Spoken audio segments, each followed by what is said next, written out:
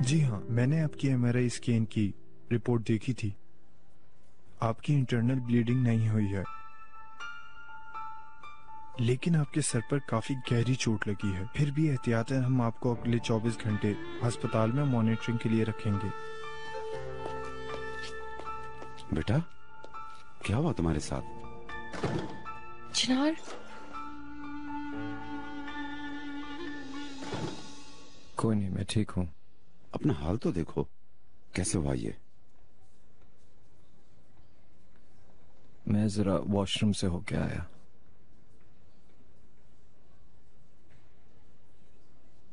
चिनार, तुम चाहते हो मैं तुम्हारे साथ आऊं? ये कैसे हुआ डॉक्टर? क्या उसने कुछ बताया? उन्होंने किसी पर इल्जाम आयद नहीं किया है, लेकिन साफ लगता है कि ये वाकया एक हादसा नहीं था। उन्हें आज रात हमारे हॉस्पिटल में रुकने की जरूरत है।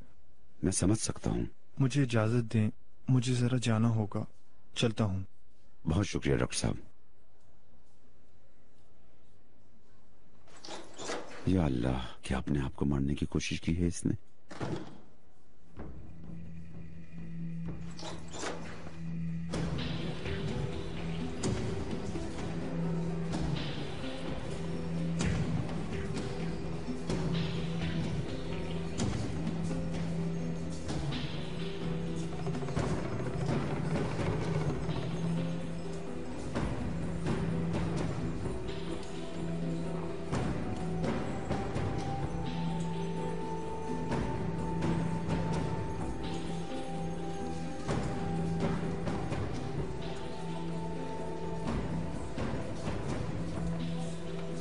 चिनार, अब आपकी तबीयत कैसी है सर? मैं ठीक हूँ, परेशान मत हो। जिन्होंने आपके साथ किया उनके हाथ टूट जाएं। मेरी मोटरसाइकिल कहाँ है? कब्रिस्तान में ही खड़ी हुई है क्या? मैं क्या उसे ऐसे छोड़ सकता हूँ? आपको पिकअप में डालने के बाद आपकी बाइक को भी मैंने पिकअप में डाल दिया था और फिर मैंने पार्किंग में जाके उतार दी। बहुत अच्छा किया, शुक्रिया। मैंने आपका काम भी बढ़ा दिया, माफ कीजिएगा। ये भी कोई बात हुई सर? रुकिए जरा, मैं आपको कुछ पैसे दे देता हूँ। छोड़ें, अल्लाह के वास्ते। जो आपने मेरे लिए अच्छाइयाँ की हैं वो मैं कैसे भूल सकता हूँ? अल्लाह आपको हमेशा खुश रखे। चलता हूँ।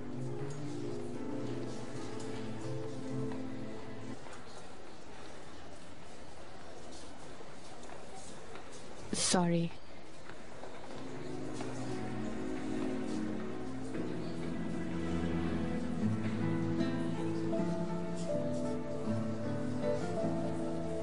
मैंने सोचा था थोड़ा वक्त दे देता हूँ उसे। मुझे लगा कि वो अपने आप को संभाल लेगा, लेकिन ऐसा नहीं हुआ। आप वही कर रहे हैं जो आपके हाथों में है। पहले इस पर चिनार का तैयार होना जरूरी है। हम उसे पकड़ के तो नहीं ले जा सकते। काश जो आप कह रही हैं मैं वो भी कर सकता। अगर चिनार को कुछ हुआ तो मैं कभी भी अपने आप को माफ नहीं कर पाऊंगा।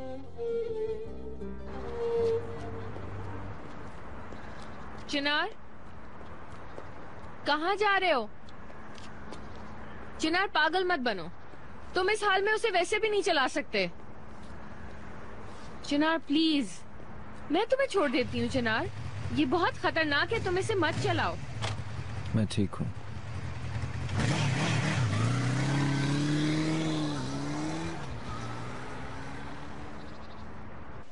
तुम रिपोर्ट्स तैयार कर लो, मुझे कल ये हर हाल में चाहिए। जैसा आप चाहें रेहान मैडम। आई जी, मैं तुम्हारे पास ही आ रही थी। अगर फाइल रेडी है तो मुझे दे दो। जी हाँ, ये लीजिएगा। तुम्हारा काम बहुत अच्छा है, इसीलिए तो मैं तुम पे इतना भरोसा करती हूँ। हाँ आई जी, मैं एक दरख्वास्त करना चाह रही थी तुमसे। कहिए। काम की वजह से काफी अरसे से मैं बाहर नहीं गई, मतलब मेहमत के साथ। तो मुझे कोई अच्छी सी जगह बताओ। तुम ज्यादा घूमती हो ना, इसीलिए तुमसे मशवरा ले रही हूँ।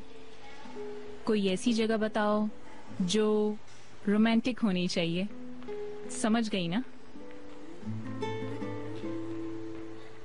मैं मेहमत के साथ आज शाम अकेले खाना खाना चाहती हूँ। अगर तुम हमारे लिए किसी ऐसी खूबसूरत जगह पर 2 लोगों की रिजर्वेशन करवा दोगी तो बहुत अच्छा होगा। Of course. कितने बजे की करवाऊं? मेरे ख्याल में 8 बजे सूटेबल होगा। Thank you so much.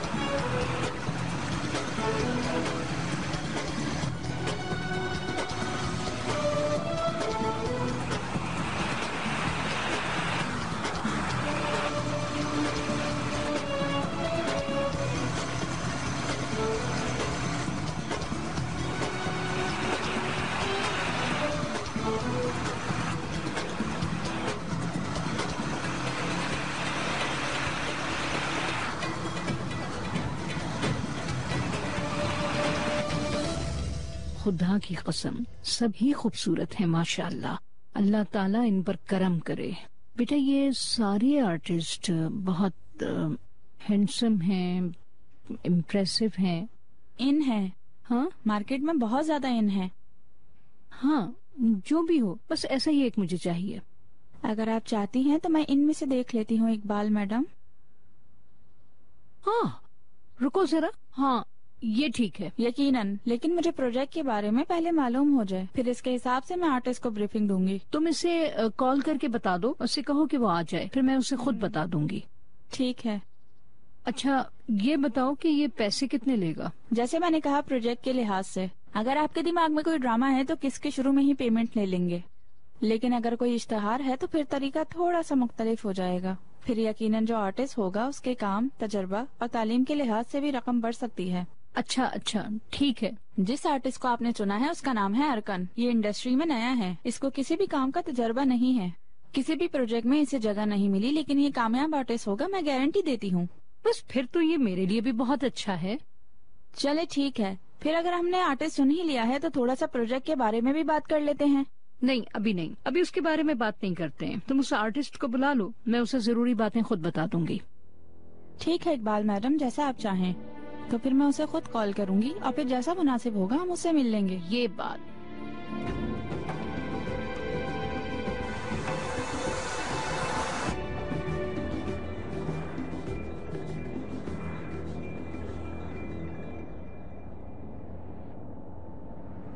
क्या आप जानते हैं, कुछ भी पहले जैसा नहीं। लाली के जाने के बाद हर कोई बिखर गया है।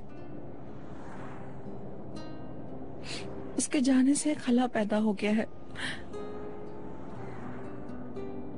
जैसे हम सब उस खला के अंदर खो गए हैं।